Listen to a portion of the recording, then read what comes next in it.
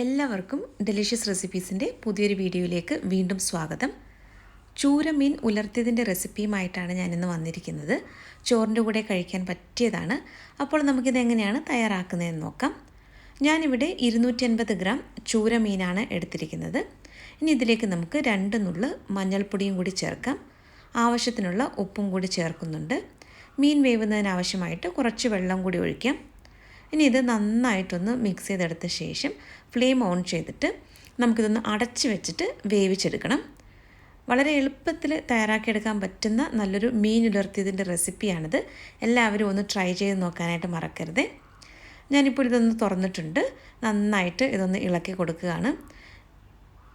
ഇപ്പോൾ ഇവിടെ വെള്ളമൊക്കെ കുറച്ചുകൂടി ഒന്ന് വറ്റി വന്നിട്ടുണ്ട്. മീനൊക്കെ പാകത്തിന് വെന്ത് വന്നിട്ടുണ്ട്.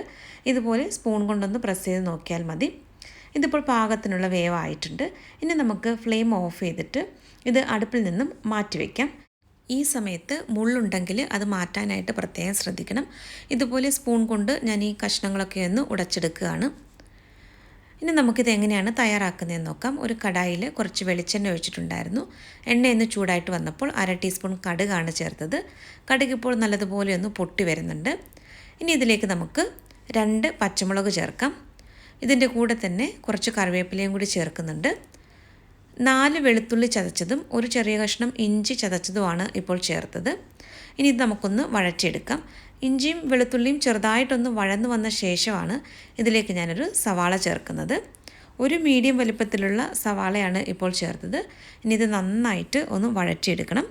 സവാളയും ഇഞ്ചിയും വെളുത്തുള്ളിയും എല്ലാം നന്നായിട്ട് വഴന്നു കഴിയുമ്പോൾ ഇതിലേക്ക് 1/4 ടീസ്പൂൺ മഞ്ഞൾപ്പൊടിയും 3/4 ടീസ്പൂൺ മല്ലിപ്പൊടിയും 1/2 ടീസ്പൂൺ കാശ്മീരി മുളക് പൊടിയും 1/2 ടീസ്പൂൺ കുരുമുളക് പൊടിയുമാണ് ഞാനിപ്പോൾ ചേർത്തത്.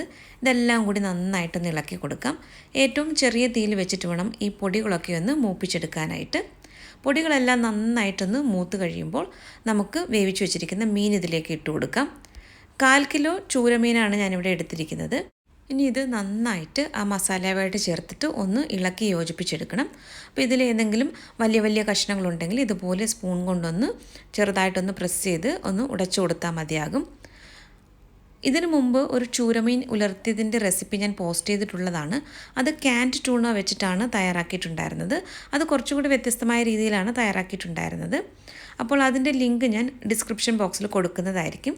താല്പര്യമുള്ളവർക്ക് ആ ഒരു വീഡിയോ കൂടി ഒന്ന് കാണാവുന്നതാണ്. ഇപ്പോൾ ഈ മീനെല്ലാം നന്നായിട്ട് ഈ മസാലയുമായിട്ട് ചേർന്നൊന്ന് യോജിച്ച് വന്നിട്ടുണ്ട്. ഇനി കുറച്ച് സമയം കൂടി നമുക്കിതുപോലെ ഒന്ന് തുടർച്ചയായിട്ടൊന്ന് ഇളക്കി കൊടുക്കണം. ഇപ്പോൾ നമ്മുടെ മീനെല്ലാം നന്നായിട്ടൊന്ന് ഡ്രൈ ആയിട്ട് വന്നിട്ടുണ്ട്. ഒട്ടും തന്നെ വെള്ളമയോ ഒന്നും ഇതിനകത്തില്ല. അപ്പോൾ നിങ്ങൾക്ക് ഈ ഒരു രീതിയിൽ മതിയെന്നുണ്ടെങ്കിൽ ഇപ്പോൾ തന്നെ ഫ്ലെയിം ഓഫ് ചെയ്യാം. ചിലർക്ക് കുറച്ചുകൂടി നല്ലതുപോലെ ഡ്രൈ ആക്കി എടുക്കുന്നതായിരിക്കും, അതായത് മൊരിച്ചെടുക്കുന്നതായിരിക്കും ഇഷ്ടം. അങ്ങനെയാണെന്നുണ്ടെങ്കിൽ ഒരു അല്പസമയം കൂടി ഇതൊന്ന് തുറന്ന് തന്നെ വെച്ചിട്ട് ഒന്ന് ഇളക്കി കൊടുത്താൽ മതിയാകും. അപ്പോൾ നമ്മുടെ ടേസ്റ്റി ആയിട്ടുള്ള ചൂരമീൻ ഉലർത്തിയത് ഇവിടെ റെഡി ആയിട്ടുണ്ട്. അപ്പോൾ ഈ രീതിയിൽ എല്ലാവരും ഒന്ന് ട്രൈ ചെയ്ത് നോക്കിയിട്ട് നിങ്ങളുടെ അഭിപ്രായങ്ങൾ കൂടി അറിയിക്കാനായിട്ട് മറക്കരുത്. അപ്പോൾ മറ്റൊരു നല്ല റെസിപ്പിയുമായിട്ട് വീണ്ടും വരാം. താങ്ക്